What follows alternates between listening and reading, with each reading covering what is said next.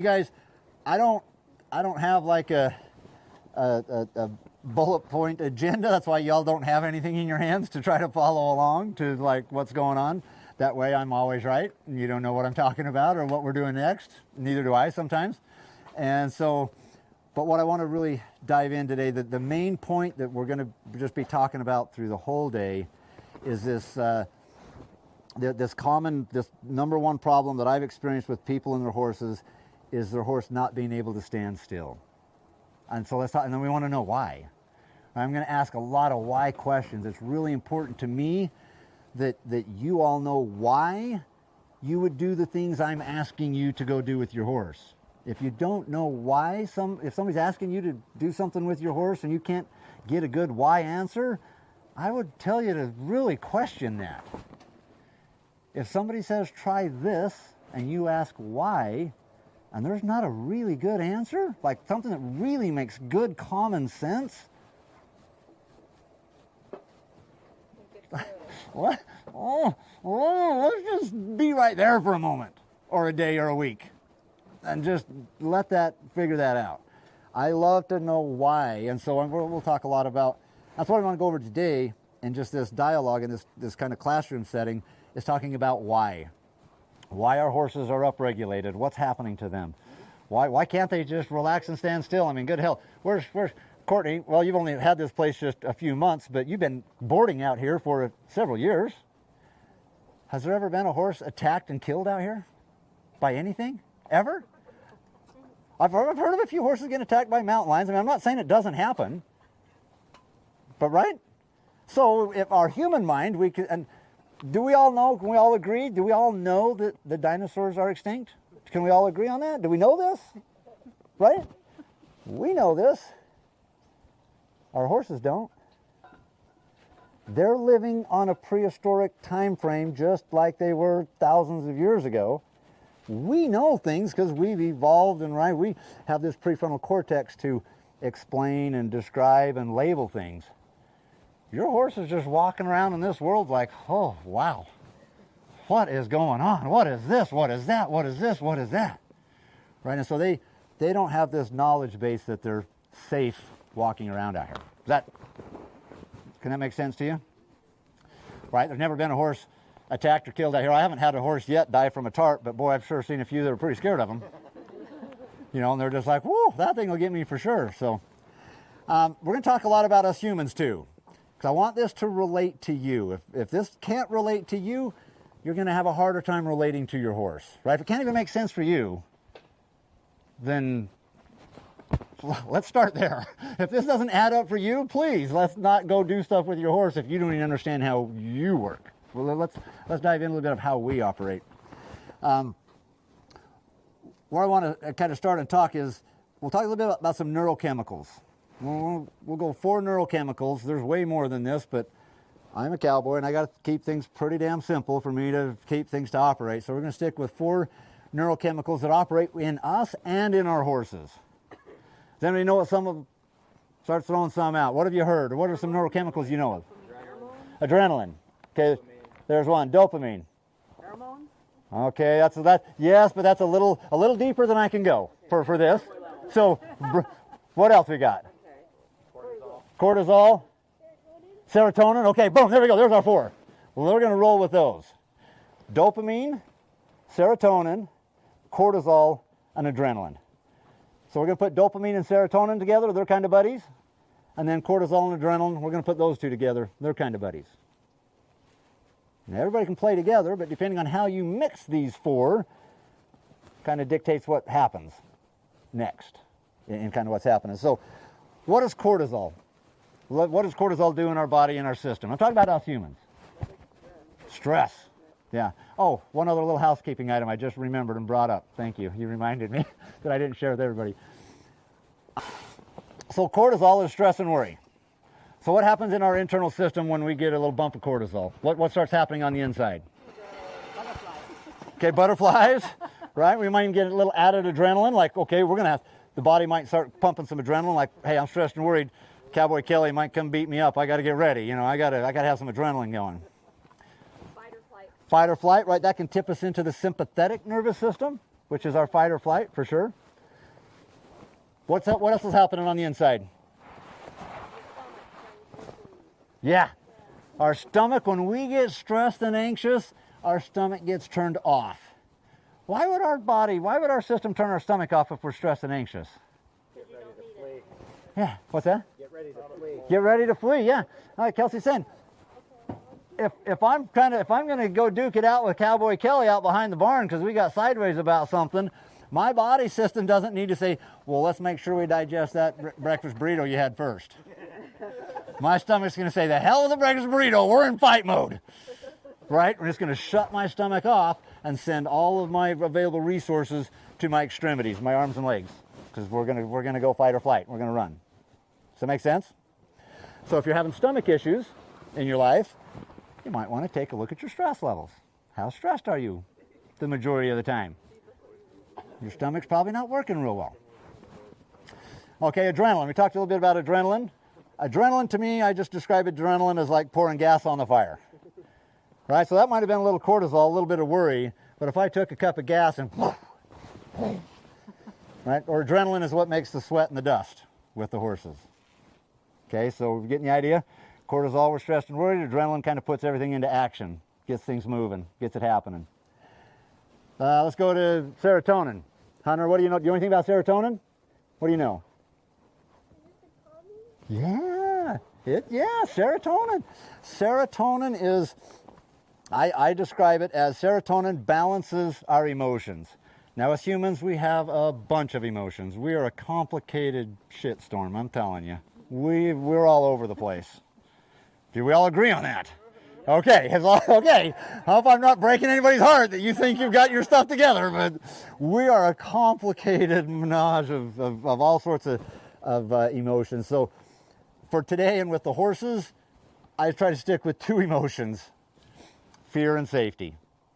So serotonin will help balance us between fearful emotions and safe emotions. Does that seem fair enough and make sense? So low serotonin, we're going to be out of balance. So we might be really just kind of lethargic in a safe mode. We're not even getting out of the house. We're just like completely shut down. That can be a bad thing too. Or we can be way into fear mode and we can't get out of fear. We're stuck. So serotonin helps create this balance. Dopamine. What do we know about dopamine?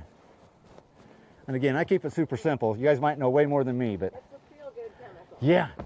Dopamine is what we actually get addicted to when we're addicted to even narcotics or to behaviors, whatever it is. We're not addicted to shopping, but the dopamine hit we get from shopping or for food or for sex or whatever the addictive behaviors are. It's not the behavior themselves, it's the dopamine release we get from the behavior. Does that make sense? So dopamine is a feel-good. It definitely is a feel-good reward.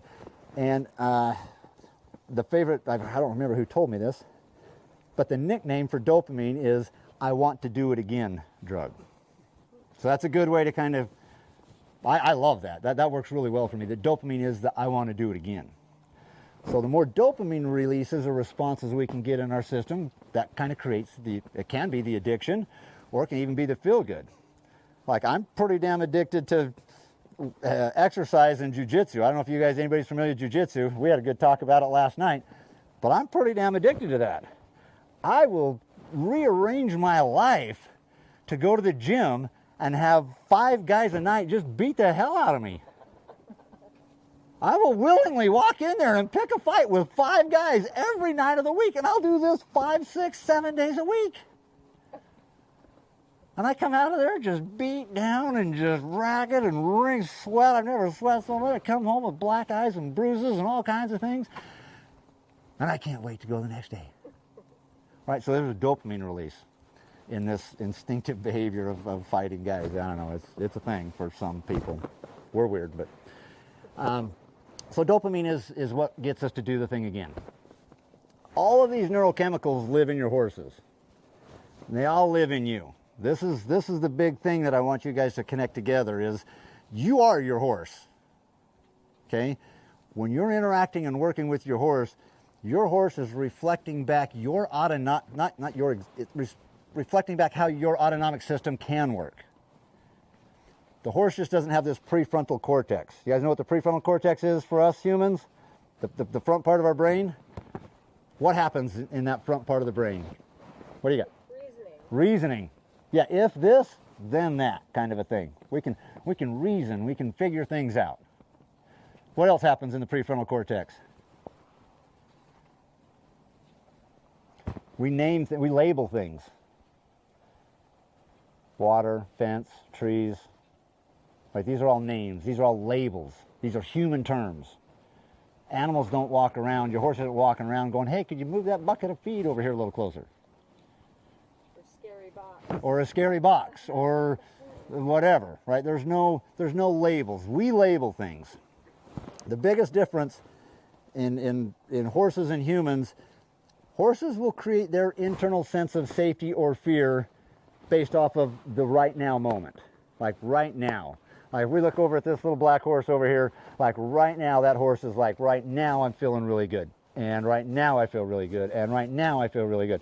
That horse isn't saying, I'm not going to feel good because, you guys fed me 2 hours late this morning. I'm pissed. I'm going to hold a grudge. Courtney didn't feed me 2 hours late this morning. Can you believe it? What kind of human is that? Right? They don't have that. They're not doing that. Just, I'm happy right now. I got feed on the ground and I'm happy. I'm this right now. Us humans, we, being the complicated, most advanced species on the planet, we really complicate the shit out of things.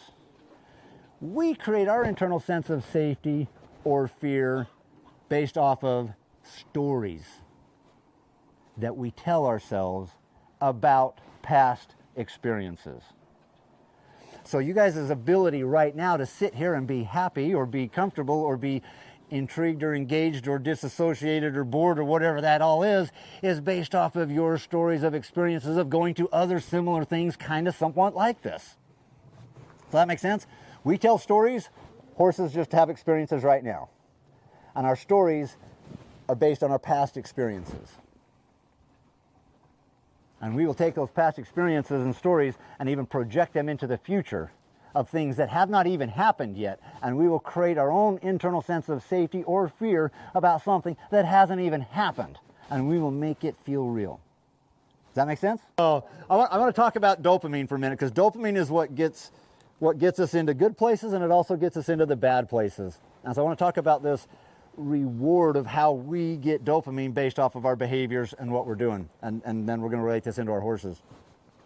So let's say that here's you right now, and you guys are going to see some phenomenal whiteboard skills here, okay? Phenomenal is all you're going to see. Signer at the bottom. Yeah, this is going to be phenomenal. Now, we're going to talk a little bit about triggers and trigger stacking, and I'll go kind of quick through that, but let's get the idea. Horses will trigger off of 3 things, majority of the time. There's really only 5 things you need to know about horses. These 3 triggers, and then 2 truths. Okay, so there's 5 things. We'll go through these. The 3 triggers. Sight, sound, and touch. Yep. So your horse will trigger off of things they see, things they hear, and things that touch them. Fair enough? And then there's only 2 truths that you really need to know about the horse that'll make everything make sense. There's only 2 things that horses are really afraid of.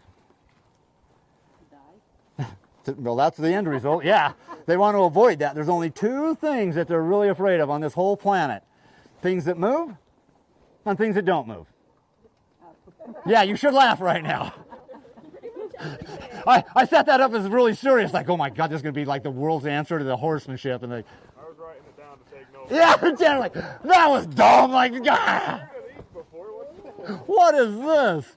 Yeah, your horse will trigger off of 3 things, sight, sound, and touch, and only afraid of 2 things, things that move and things that don't move. So you figure that out, you have got it made with your horse. So, as you're interacting with your horse, there's an event, there's a sequence that starts happening called trigger stacking. And this is where we get into trouble. So we're going to kind of talk about what our trouble is, and then we're going to unwind it to, like, how do we not have this thing happen. So we'll use this little black horse as an example. I know nothing about this. Courtney, that's one of your horses. So I know nothing about that horse, so don't take this. Yeah, I know nothing. So what's that horse's name? Star? Star. All right, see, hearing thing, got it. Star. So Star over there in the pen right now, pretty relaxed, head down. Look at those soft ears, got feet down. Look how low her head is, like walking, head's down lower than her withers, neckline is even, yeah, see how low that is right there? So there, I'm going to describe that horse as far as on this trigger stacking. You know, let's say that dust and blood happens at level 10, and right now I'm going to say Star's at a level 1. Does that seem fair enough? So if we took Star out of the pen over there, and let's say I just walk in there and I just walk in and go throw a halter on, and I just kind of pin her up against the fence, and you know, like you do the dance. You guys know how you catch your horse, you kind of get the dance, you got him there, and you're like, ha, got you. And then you come in, you put the halter on, you tie it up, like, let's go, we're going to head out, like we're going on a trail ride. And then we're going to kind of drag Star down the walkway here. We're going to go over to the horse trailer, and we're walking along, and things are happening. And, you know, Wes might be driving by on the gator with a load of feed, and he's late for work, so he's running, you know, like 20 miles an hour, feed's bouncing off the sides. Never happens, right? Nope.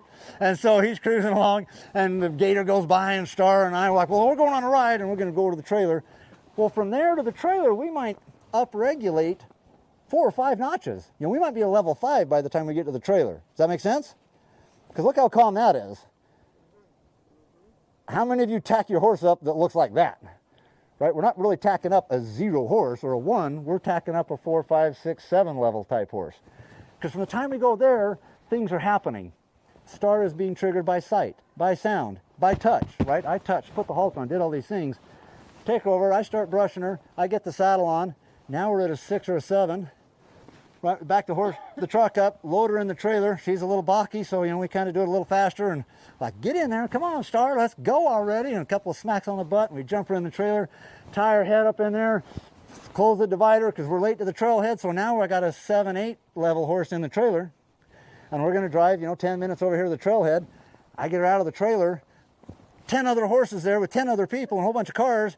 Star, for all she knows, because she just lives in the now moment, got loaded in a time machine, just got transported to some other reality and doesn't even have a clue what the hell's going on. She gets out and like, oh my God, did you look? There's horses over there, there's people over there. Where's the dinosaurs at? Right? So now I've unloaded and I've got a level 9 horse.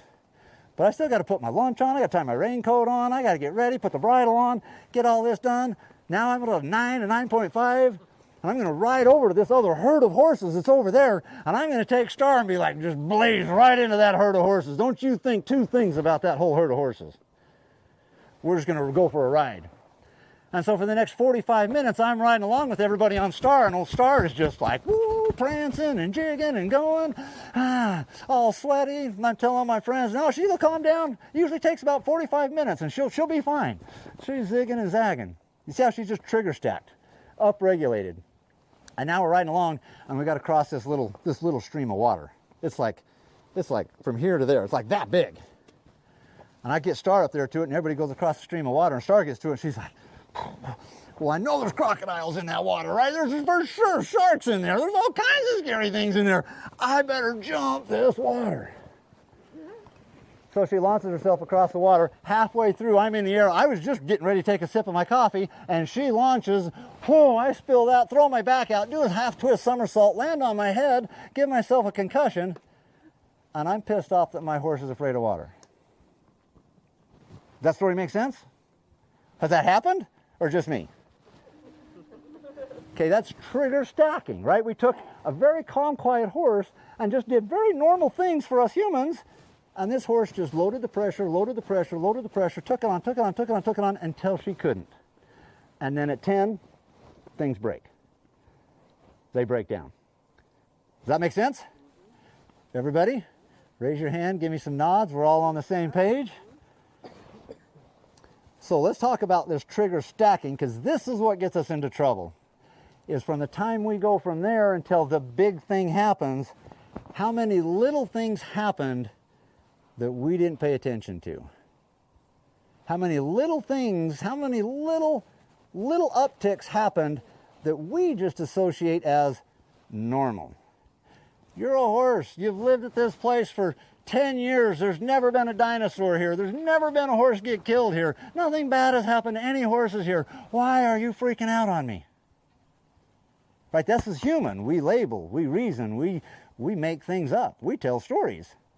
The horse is just right now. So How that trigger stacking is what creates the big thing. I get the phone call after the big thing, is when I get the phone call. Nobody calls me and is like, hey, West, me and my horse are doing awesome. We're doing so damn good. We want to keep it that way. Any suggestions? No, I don't get those phone calls.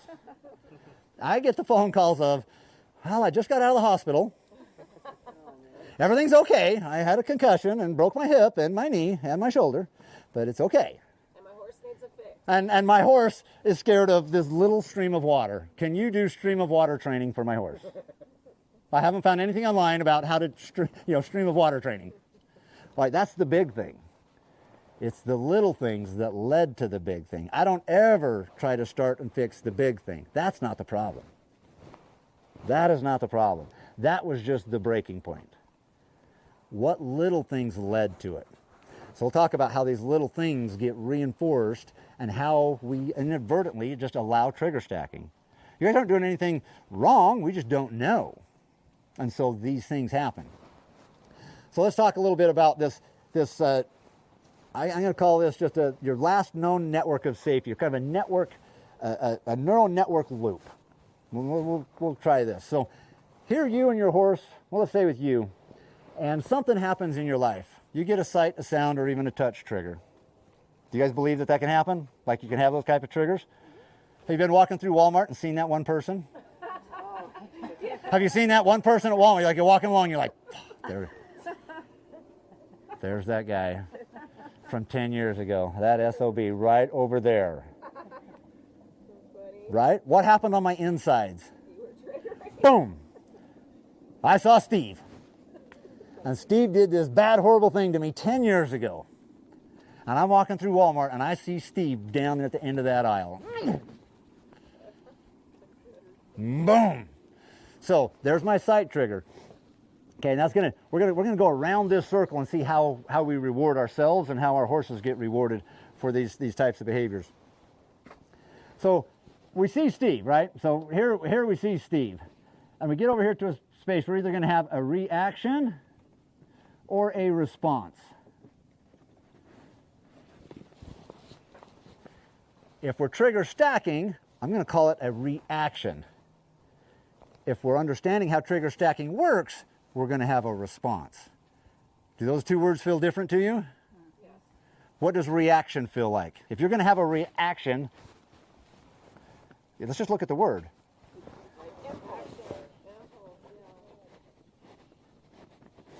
React. Okay. Do what I did last time. Yeah.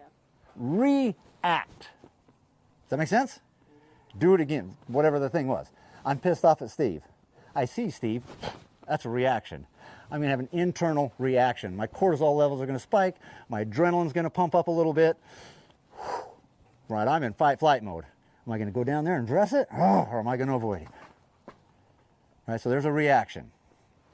So as I have this reaction, this starts this chemical cycle here. So here's some cortisol and some adrenaline. Right? I just got a bump as I had that sight trigger. Now this is going to lead to my behaviors. Well, it's going to lead to my feelings and my emotions. Remember, you're seeing phenomenal whiteboard skills here. Our feelings and our emotions are connected to the stories that I'm retelling myself about Steve. So I'd have an entirely different thing if I knew that Steve had $10,000 for me and all I had to do was see him in Walmart someday. Like we made this deal 10 years ago. Like, dude, if you ever see me in Walmart, I got 10 grand for you. All you gotta do is see me, walk up and say hi, I'll give you 10 grand. Am I gonna have an entirely different sight trigger when I see Steve? Yeah. Am I gonna have different neurochemicals going on? Yeah, buddy.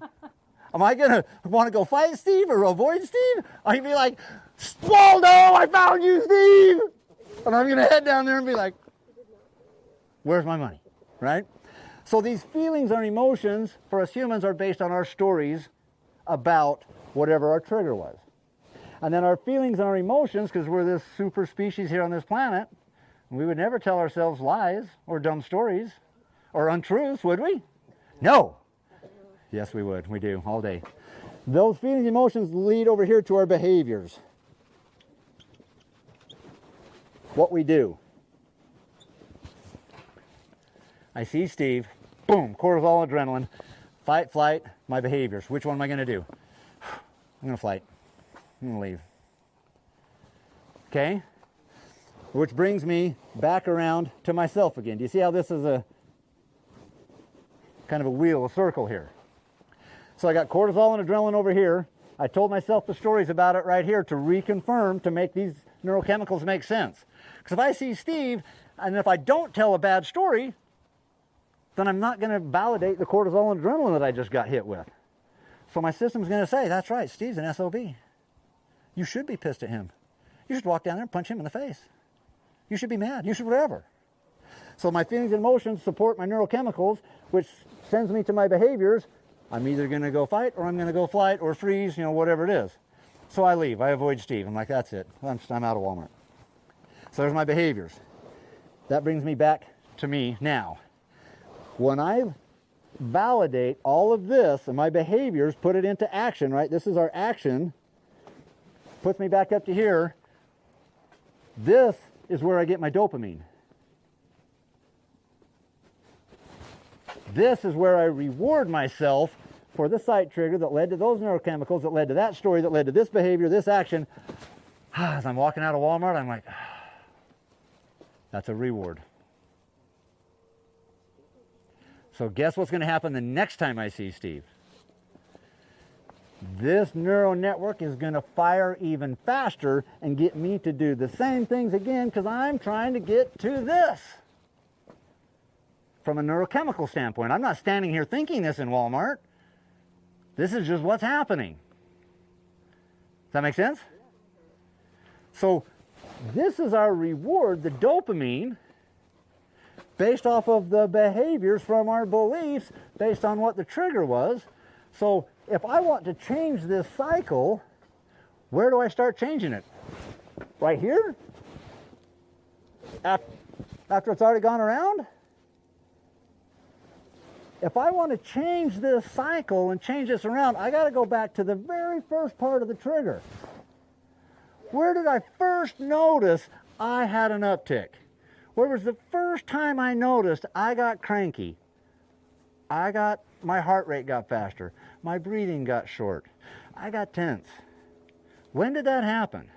When you saw Steve. Then, yeah, as soon as I saw Steve. So, for us humans, right, if I have this story about Steve, then when I see him, that's going to trigger that neurochemical response. So I got to change my story. I've got to let some shit go. Like, all right, this Steve guy. Is anybody here named Steve? Good. Okay, that's good. That's helpful.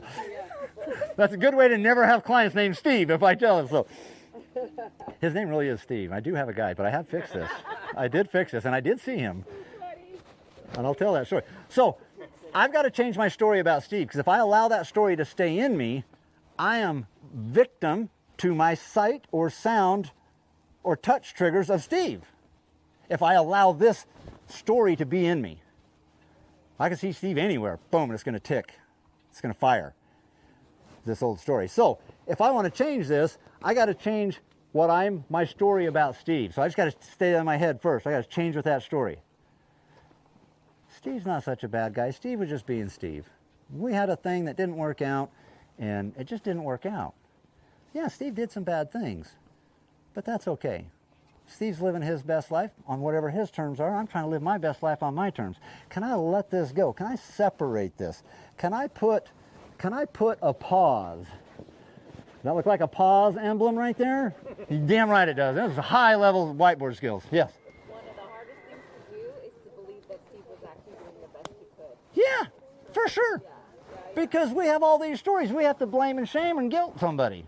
But Steve was doing the best. Steve's just living his best life. I don't know what the hell's going on with Steve. The things he did to me must have some shit going on that I just don't know. I don't know.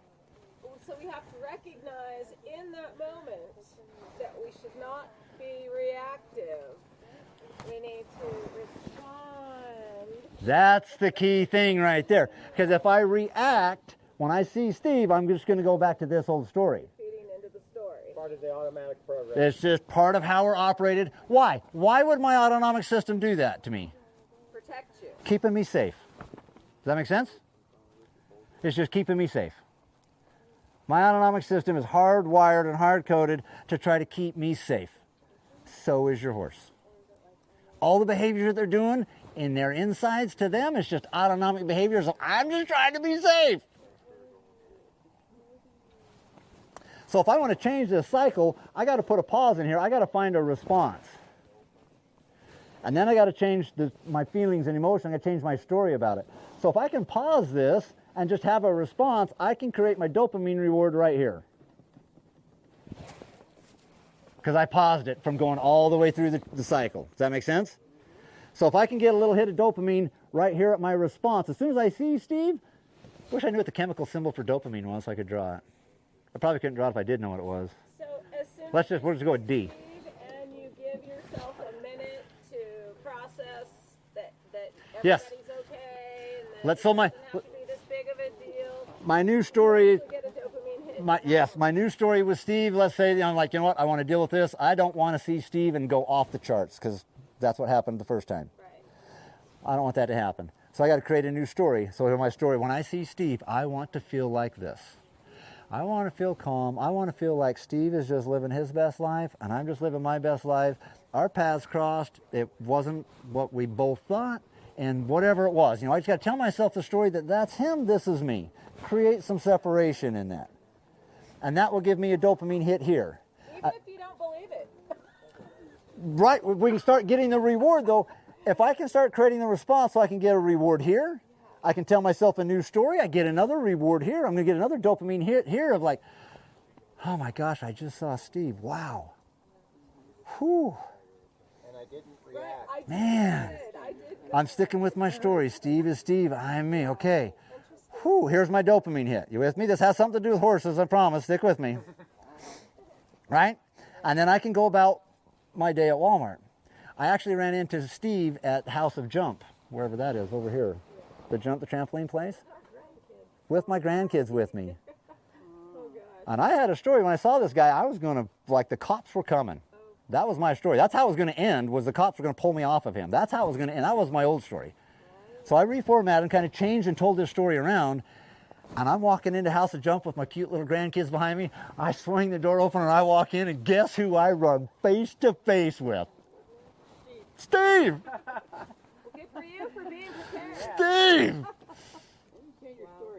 And, and I had just a quick blip, and I was like, Steve, good to see you, my man. Come on in, kids. Let's go. And I walked right past him and went and paid, and we went and did House of Jump, and that was it. But I want to tell you that that story about Steve owned me for a number of months. I was actually fearful of running into him for what I was going to do. Well, I wouldn't be able to control what I was going to do because I was so freaking angry. So it's where this dopamine reward is in our system is what creates our behaviors. And same thing with our horses. So let's take this same story. We're going to take Star is going to go for a ride with Steve. So if we take Star out of here and we start walking down the walkway right here, and Wes comes by on the gator to go feed, and we notice that Star is like cautious up and going, if we can just take a moment right there, let's just stand still. Let's just relax. Let's let that go. Yeah, Wes was driving a little fast. I'm just kidding, by the way. But he probably does drive fast. I don't know. I've never seen it. Right? But the horse, right, just has a little uptick. And we, as our partners and handlers of our horses, we need to be the ones to engage this pause. Because your horse's autonomic system is, let's just run the loop and hit my reward, and that's it. I just want to get to the end where I feel good, and that's usually our horses get so spun up and crazy, they're dancing all over the place, and we finally take them back, and we go back to the corral, put them in, take the halter off, and walk away, and the horse is like, ah, God, whew. I don't know why we had to go out there for an hour and do all that crazy stuff. I just wanted to relax. I just wanted to feel good, but we wanted to do circles for 17 minutes, and then we wanted to do around this thing, and then all these other things, and the horses just trigger stack, up, and then horses can get really good at tolerating. They can tolerate a whole bunch of our bull crap and not go over the top and actually cause problems. There's a lot of tolerant horses out in the world, for sure, and people. Tolerance isn't a good place either. It's just tolerance is where we're at before it breaks. How good are we at tolerating, right? All of us too. We have a breaking point. This is not confidence. No, no, no, no. Tolerance is just the space before the big thing happens. The longer we tolerate, the big thing's going to happen, guys. In your life and with your horse, the big thing's going to happen. It's just we don't know when because of this tolerance. We're building tolerance in. We're just like setting the little, I'll go old school, the old egg timer, right? Everything's digital now. You set a timer on your phone, right? It's going to go off. So tolerance, it's going to go off. When, where, what's the thing that's going to bump it over the top? Might be the little stream of water. Might be candy wrapper that blows out of your coat pocket while you're walking and hits the ground and the wind flips it around. Your horse is like, turns around, knocks you down and runs back to the trailer. Wasn't the candy wrapper. The candy wrapper was just the last bit of tolerance that it could take. You with me? So if we want to change, so this is trigger stacking. If we make this loop over and over and over and over, if we keep getting our rewards through reactions and our old stories and our old behaviors, you'll get the reward. You'll get the feel good when it's over. It's just the reward is rewarding you for going through all the stress. So the next time it comes up, you're like, well, let's get through this stress. Because the reward is on the backside. So we're going to talk about how do we get this reward into our horse sooner. And this is where this back up and stand still and pay attention comes into play. I got a great quote for you. And the deeper you can let this land, the more it will mean. Right, so I got a question. What is your horse's job in relation to your relationship with you? What is your horse's job when you two are together? And then I have my answer, but feel free to throw out. Like, what are your thoughts? Yes, Joellen. A willing partner. Okay, your horse's job is to be a willing partner. Be connected. To be connected. Yes. What else? Maybe work. To be able to take care of himself, the horse. Yeah. Okay. What else? Those are all good. I'm full. I'm digging where you're going. Here's the deeper you can let this in, the more you'll get out of your horse. Your horse's job is to point out the holes in your horsemanship. What if we looked at it that way? My horse won't lead. Okay, we have a horsemanship issue. My horse won't get in the horse trailer. Okay, we have a horsemanship issue. My horse is jigging and zagging on the trail. Okay, we have a horsemanship issue. What if your horse's job is to point out the holes in your horsemanship back to you? Hell, your best friend won't even do that for you. What do you think? I think you have to keep t-shirts with that I on. think so too. There you go. Did you hear that, Cami Sue? We should have a t-shirt with that on there. I like that too. What does that feel like? What does that feel like to just have that kind of land with you? It's humbling. Very humbling. Humbling. Yeah. What if I took that same role and responsibility into my relationship with my wife? What if my wife's role and responsibility is to point out the holes in my humanship? Not to point them out, but to be a part of them. Like when we struggle, when we have something happen, what if it's neither one of us our fault, but by her being in a relationship with me is the only way I can see this about me? What if that's it? What if you wouldn't learn this about yourself if you didn't have that person to help reflect that back to you? So I view it that way with the horses, and I view this with my clients when they're working. It's one of the first things I tell them in my coaching program is your horse's job is to point out the holes in your horsemanship. So go hang out with your horse and let's figure out what we got to work on. Your horse will tell you. Just go figure out what isn't working and let's start there. Because that's where your horse is saying, here's the first spot. Oh, my horse is really hard to catch. There we go. Let's start with your horsemanship on how to catch a horse. What does it mean to the horse? Right, as humans want to go in and just put the halter on. But there's a whole different psychology there of a prey animal being approached by a predator. That gets to be negotiated. There's a timing and a feel that we blend and work that through with some horses. Some horses, that's turned way down and you can just walk right in and catch them. Others, as soon as you go in, they're like, right? Some people are that way too. You see Steve like, oh. Okay, this trigger stacking and this cycle makes sense. Yes. You and your horse are getting rewarded with the dopamine at the completion of the cycle. We humans label it good or bad. It's just a neural network for the horse. We make up good or bad. The horse doesn't have any reasoning on good or bad behavior. Matter of fact, I think if we could go inside the horse's head and the horse would be like, why in the hell are you having me do all of this crazy shit to get the release? Like, that just makes no sense to me. Why, you want me to be a complete spaz before I get my release? Because if they can't find the release with you, they just try harder, faster, more drama, more chaos, until they can find a release. You mentioned horses are about now, but they are able to build on experiences, correct?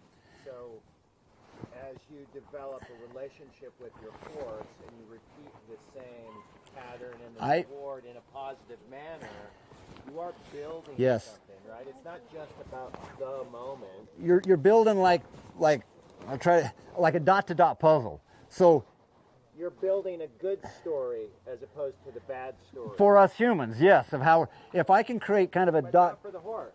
The horses just have an experience. Whereas like the same trailer loading thing, they tried trailer loading A and it resulted in all of that because the release wasn't found for the horse. Somebody else can set up the horse, find a few releases, and the horse is like, I can find the release with you. Gotcha. It's easy to find with you. Because they found the release sooner. Because if we go slower, when we first have the trigger, right here's, this is where we see Steve, but if I'm good at handling my horse, I can show there's a release right there.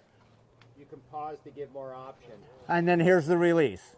And so when the horse can connect that you're in charge of the releases, that you're drawing the dot-to-dot puzzle, they're like, where's the next dot? Right. Oh, it's in the horse trailer? Okay, I can do that.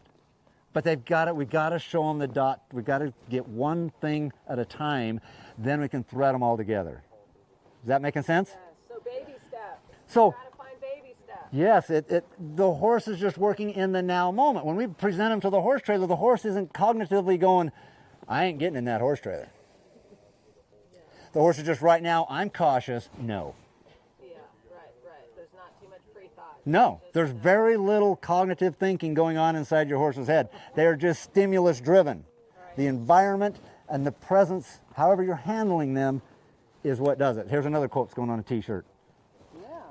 The better that you are at handling horses, the better horses you will handle. Does that make sense? This lady that helped them get their horse in the trailer handled that horse better so that she had a better horse to handle. She could get that horse in the trailer. It was the handling, the communication with the horse that made it happen. Not a different trailer or a different lead rope or whatever. It was how the horse was communicated with. The horse was able to find little releases, whatever it was that she did walking around. And that's what we're going to talk about with the horse. We're going to show all these little releases. When we get our horse getting a dopamine hit every couple minutes with us, oh, they're just addicted. They're like, what can I do for you? Have you guys seen my video of leading the Mustangs across the suspended bridge across the Colorado River? It's a corrugated bridge. You can see through it, right? It's metal with the little web things, and it's suspended 80 feet in the air above the Colorado River. And I led a pack string of 5 Mustangs, me and Mikey did, across that bridge. Just watching that video, you get an adrenaline rush. You're like, woo! It was just a series of dots, a series of releases. And the horses just get dialed in and they're like, okay, where's the next dot? I'm like, it's on this bridge. Okay, where's the next one? It's another step on this bridge. Okay, where's the next one? Another step. Okay, where's the next one? How about we just flow them all together? And the next thing you know, we got a string of 5 Mustangs suspended 80 feet in the air through a corrugated bridge. You can see through the bottom with raging water running by and the wind blowing, and we're walking across the river. So, yes. So how does that relate to like round pinning a horse before you go for a ride and then having them come in and relax next to you? So you're kind of creating I don't want to, yeah, okay. Yeah. I don't want to break any hearts here. I would venture, for me, I can build more connection with my horse in, let's say 15 minutes, out here, backing up and standing still and paying attention than I can an hour in that round pen, running them around a circle. Why? Why could standing still create and build calmness and connection more impactful than running around in a round pen? Both work. I'm not digging on doing round pen work. I love doing some round pen work. I just do it entirely mindset different. I'm not in there to chase my horse around. I'm in there to build connection and get my horse to go, can I be done yet? And then find the relief. As soon as the horse is like, hey, do you exist? I'm like, yeah, I'm over here. Let's take a break. So there's a different way. So let's go back to why. And then they come in to you and get the release. Is that building a Let's go into this. I like your question. So, if what we're building here in this clinic over this 2 days, we're talking about getting your horse to stand still. Immobility without fear is the scientific term. This is the beginning of learning. For humans, we've got to be immobile without fear. If you guys were all sitting here scared for your life right now, I could ask you what I said 2 minutes ago and you'd be like, I don't know. You know, if I told you all that there was, you know, I can't even think of a good example that wouldn't be morbid, so I'm not even going to do it. So, if you were fearful for your life right now, your learning capacity would be like this much. But the more relatable, like I can tell some embarrassing stories about myself, I can kind of make you guys laugh, I can laugh with you, we can start building this connection, right? That we're real people, we can be empathetic towards each other. You guys, you can absorb some learning from me.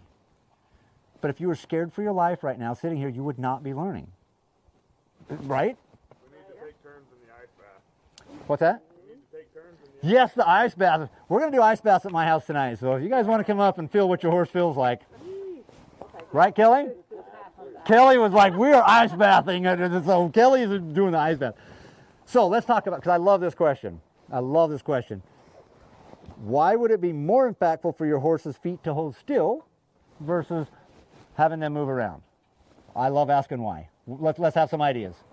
Because maybe there's no adrenaline involved. Okay, that sounds. I could start with some adrenaline and getting my horse to stand still. It might be hard because adrenaline would be prompting the feet to move. So yes. I assume standing still means down-regulated, so you have a very down-regulated horse, which means they're in a learning state. We want to get there. Yes, I'd say that would be the end result. Is we want to get to this learning state. So for the horse, why would standing still be more impactful than their feet moving forward? And so I'm looking for kind of an instinctive answer from the horse's side. What is Mother Nature's programming for your horse as far as when problems happen? Flight. Mother Nature will run further, faster forward for relief. That makes great sense for a wild horse. Don't stand there and talk to the cougar and be like, well, how hungry are you? I don't think you're that hungry. I'm just going to graze. You think about how hungry you are, and we'll talk this out, right? They're not doing that. They're like, oh, that rock looks like a predator? I'm out of here. Run, flee further, faster forward. So when we take a stressed, anxious horse and go put them in the round pen, they're going to flee faster forward for at least a good quarter mile or longer before they even start to question what the hell's going on. Because they're in instinctive flight mode. They're not in learning mode. So watch horses in the round pen. They're running. Look at which way their head is tipped. Up and out means you don't exist. Meaning I want to get away from you. Up and out. I'm out. I'm out. I'm out. I'm out. I'm out. When you can round pen and your horse is down and in and watching you, now you're starting to build, we got something going on. So there's a way to get there in the round pen. I'm not saying there's not a way to get there. I love doing Liberty round work. You'll learn a lot about yourself in your presentation figuring that out. So in asking your horse to stand still, so let's say that we're going to go on this trail ride. I'm going to take Star out for a trail ride. And I'm like, well, before I can go trail ride, I got to go round pen. I got to take her down the round pen and get all the farts and kicks out of her. So I got to go round pen for 20 minutes. And then I'll go on my ride. That works, because she'll get it out, run around, all that energy. And then the adrenaline starts to wear off. And then she starts to come around like, oh, what's really going on? Oh, great, let me catch you. Let's go saddle up and go. But that whole 20 minutes of running around, that horse just keeps going around and around, getting this I'm fleeing further, faster for relief, reward, reward, reward, reward, over and over and over and over. It's reinforcing. It's reinforcing Mother Nature's instinctive behaviors. You're stressed and anxious, move your feet further, faster forward. What we're talking about, we're going to put in a scientific pause. Let's not get triggered into flight mode. Let's frickin' stop. Let's stand still. That's hard. And that's, you guys really, all of us are creating, we're handling our horses however we're doing it, and it's creating the results. So if we want to change the results, we got how far backwards, like here's the result, right? Here's the big scary thing that happens. We got to unwind this. How far can we unwind it to go find out where we can be aware? When are we aware of what's going on? Are we aware when we catch our horse that we had a couple of upticks? If not, then when are we aware? Hopefully before we, do the vaulting jump over this little ditch, when we're scoring Olympic points for our high jump. We don't need that. But that's where we become aware. If that's where we're so unaware, we become aware when we get hurt. That is one of my little nuances I'd throw at you is every time you feel pain, stop. Take a few breaths and try to unwind yourself and go, what happened before this happened? Before that happened and before that happened. How far back can you take it to where you're like, there's my accountability. 8 minutes ago, I got pissed off about X, and I didn't let it go. And I went and did this thing, and then I went and got with this horse, and then I was a little more up, and I reacted a little bit, and then the horse pulled back, and oh, man, that hurt. That rope burn started 8 minutes ago. For me. This is how I've stopped myself from getting hurt, you guys. I got hurt a lot. I'm over $100,000 in medical bills keeping this body and keeping the red stuff in my body from horses. I was like, this is not sustainable. I'm not going to live. I'm not going to be able to keep doing this if I don't figure out what the hell's going on. So every time I got hurt, I'd stop, unwind it. So that's a good thing I'd throw out at you. So let's go back to this round pen, because big point, yes. Like for the hookup, to get the horse to hook up to you. Yep. Or to come in and relax next to you.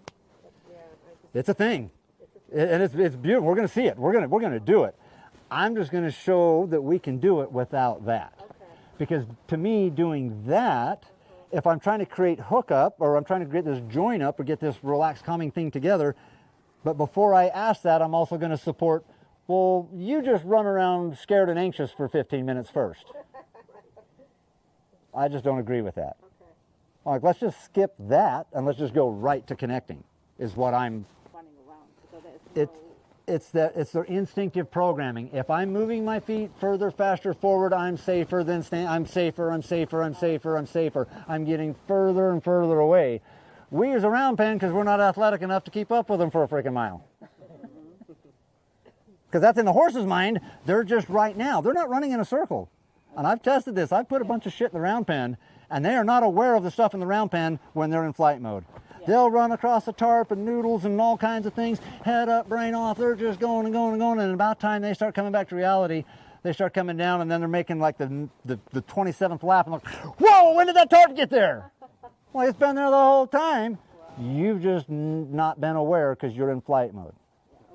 It was so cool when I saw that happen. I was like, you jogged across that tarp in stress mode for 15 laps. And then, right, when you invite the heart and lungs to the negotiating table with your horse, yeah, they start to become more aware once their heart and lungs are invited. That's round penning, right? We're going to let the adrenaline burn out. We're going to go burn the adrenaline out so that we can engage and start to work with them. That is true. That does happen, and it does work. We're just going to we're going to look at a different way. Let's just bypass that and get a better result. Is that fair? That's why you said in your videos, right at the beginning when I saw them, because they can run around, but I don't want them to run around, so you kind of step in front of them. Yeah, I want to interrupt that loop. I don't want them going 15 laps. I mean, actually looking at you, because really, a horse doesn't like to be in that high. No, they don't want to be in flight mode, but they're programmed that that's where the answers are. So as a default, that's what they will do. Okay. And as a default, that's what they're doing when we're walking around out here and, you know, some little thing happens, your horse scoots around the side. It's just got kicked into flight mode as their default answer for that sound or sight or touch trigger. I love taking your horse over in the round pen, turn them loose, and just get the hell out of the way. Yeah. Leave them alone. Okay. Let them go do their thing. Play around. And then, though, if we want to engage and build some connection, there's a very purposeful way to set that up. And that's what we'd be talking about. So, yes, absolutely. Turn them loose in the arena. Let them just go. Don't even try to go engage with them. They just go be a horse. Unless you're going to go out there and freaking roll around and play and run and jump and fart and kick with them, go do that.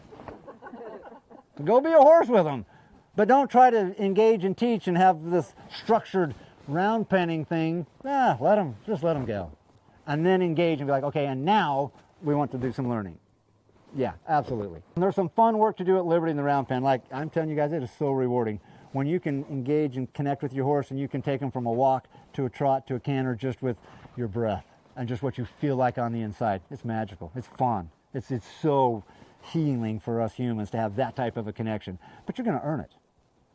You got to go in there and be really aware and really learn to read your horse and learn how energy works and learn how to create it and move it and push it towards your horse, get them up in speed, to bring them back down just with your shoulders, your hips and your toes, what you feel like, what you look like.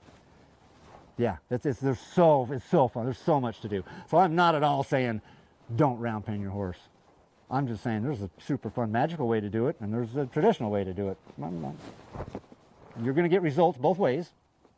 I just like these results. So let's talk about this back up, and we'll take a little break. Why? So I loved your question. Thank you for bringing it up. So round penning, right, we're just letting, if we're in there trying to engage with our horse and get them to connect with us, but they're in flight mode and just going forward, why would getting them to stop and stand still be better? That's where I want to kind of hinge this question right now, because our whole thing is teaching on back up and stand still and pay attention. So if I bring Star out of the pen, and rather than going to the round pen to just get all the bugs out, right, get all the adrenaline out that we know is going to be in there, if that's what the behavior, that's kind of the program behavior that we've built over time. And I bring her out and I was like, you know what, Star, we're just going to back up and stand still and pay attention. I mean, I want her attentive to me. What am I doing? Neurochemically. Okay, I'm starting. Yes, that's what I want to do. Neurochemically, what am I doing with that horse? Like in relation to this cycle here. Dopamine. Okay. Serotonin. Well, yes, but we got to get before that. So before we get all the way to the release and the feel good, what am I doing when I ask my horse to just back up and stand still? Creating safety. Okay, that's what I think I'm doing because I want safety. But for the horse, what am I changing on the inside of the horse versus just going and having them be able to go forward? You're not going forward. You're engaging. Okay, yes. I'm training you guys right now. There's a concept here that I'm loving. And this is the same thing with your horses. When your horses can seek out and find the answer that you're setting up, that's where the dopamine hit is.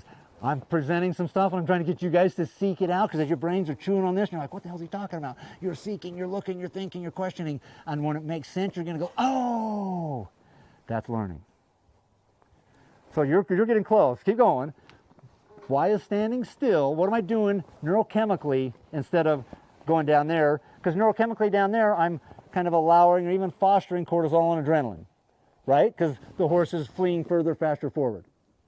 So when I ask the horse to stand still, or to back up and stand still, what am I changing neurochemically? Bonnie? Yeah, I'm starting that. Yep, that's what I'm starting to. I want to start the down regulation because if I take Star and go down there and we do that, I'm facilitating up regulation because I'm running forward. I'm stressed and worried. This feels better. Mother Nature tells me I'm going to be safer if I flee further. The horse just doesn't know it's a round pen. So it's just running in a circle. What am I doing? Well, it's calming when the horse has all feet on the ground. And It's going to be calming. Oh no, we brought a puppy out. I've lost the crowd. I've lost it now. I know exactly how this goes. I love it.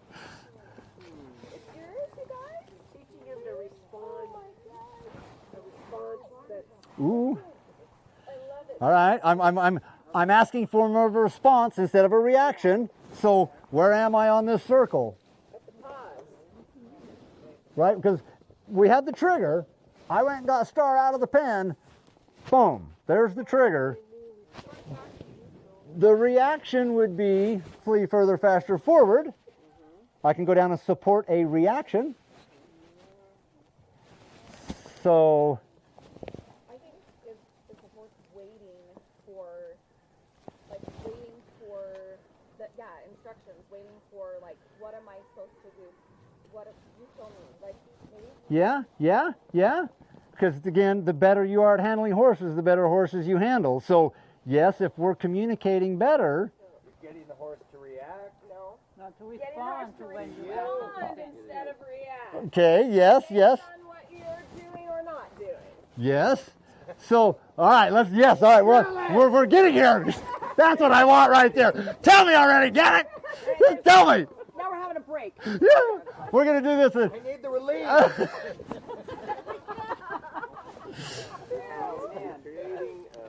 When we ask our horse to just be able to back up and stand still and then pay attention, we are interrupting this entire cycle, this entire circuit.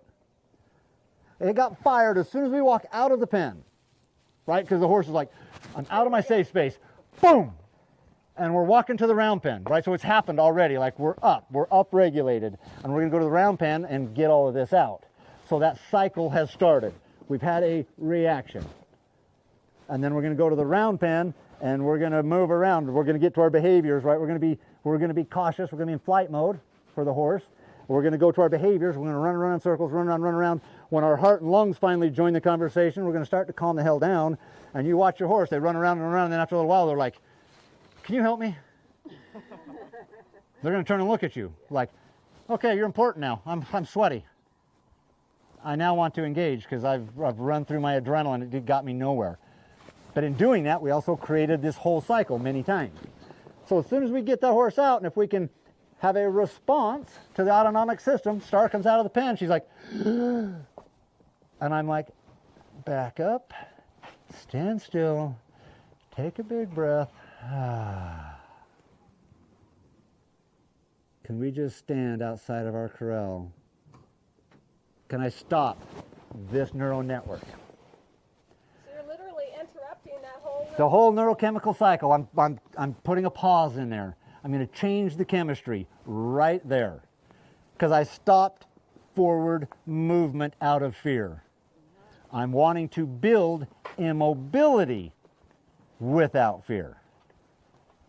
Forward movement with fear is super easy. It's instinctive. It's the first answer your horse will go to when pressure hits. Oh, I gotta go. They're programmed and wired that way. When we interrupt this neural network to where the horse is like, I gotta go, and then the better I handle my horse, I'm like, no, you don't. Stay right here. Do nothing. Dopamine. That felt good. Oh, but West, I'm scared. I want to go. No, back up. Stand still. Dopamine. But West, no, I'll just stand here. Dopamine. And then Wes comes by on his gator to go feed. The horse is like, dopamine. So you could spend a whole day just doing that with a reactive horse. And it'll change your every single situation. it'll change your entire relationship with that horse. Interrupting this neural network of further, faster, forward for safety and for release. Putting a pause in there, stop, stand still, and then be able to back up.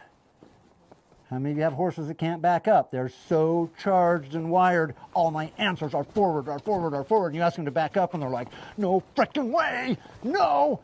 And then a horse that can't back up, what's their next thing? They go up. Right, they're either going to try right or try left.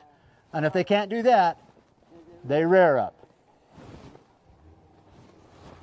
They've already tried here and there and there. What's left? So does that automatically translate in most scenarios then? The horse just figures, I can do nothing, and I'll probably be okay. We're gonna rewire their instinctive response to flee further, faster, forward. And flee further, faster, forward to me even means a walk. If you're standing out here with your horse and you're just standing there and your horse is like, oh, that Tweety bird was just trash talking me, I'm leaving. That's fleeing forward, faster. It's just not very fast. Right. But it will get faster. We have to recognize that. We got to be aware of that. What I'm working on to get all of you guys, trying to get you guys to slow the hell down and just observe and be with your horse. Watch their breathing. Watch the height of their head. Watch the angle of their ears. Watch their eyes. Watch how tight their muscles are. All of that is your horse saying, I'm about to lose my shit. Do you care? You gonna help? You gonna do anything? Okay, hang on to the rope. I'll drag you to safety. Let's go. Because here's what happens. If our horses are kind of hustling out of the trailer, I just use it like a dot-to-dot puzzle and your horse is just looking for the release. So if you haven't shown them that there's any releases in the trailer, right? So, they're in the divider like this, and you come up and open the divider, untie them, and your horse doesn't know there's any releases in the trailer, right there in this claustrophobic traveling meat can, right? They've been packaged and processed and put in the can. Where do you think the horse knows the release is? Where is the release? Outside the damn trailer. So as soon as you untether them, they're like, the release is out there. Woo, it's right there, it's right there, it's right there, let's go. And they're out of the trailer. They turn around and they're like, oh, well, why are you on the ground?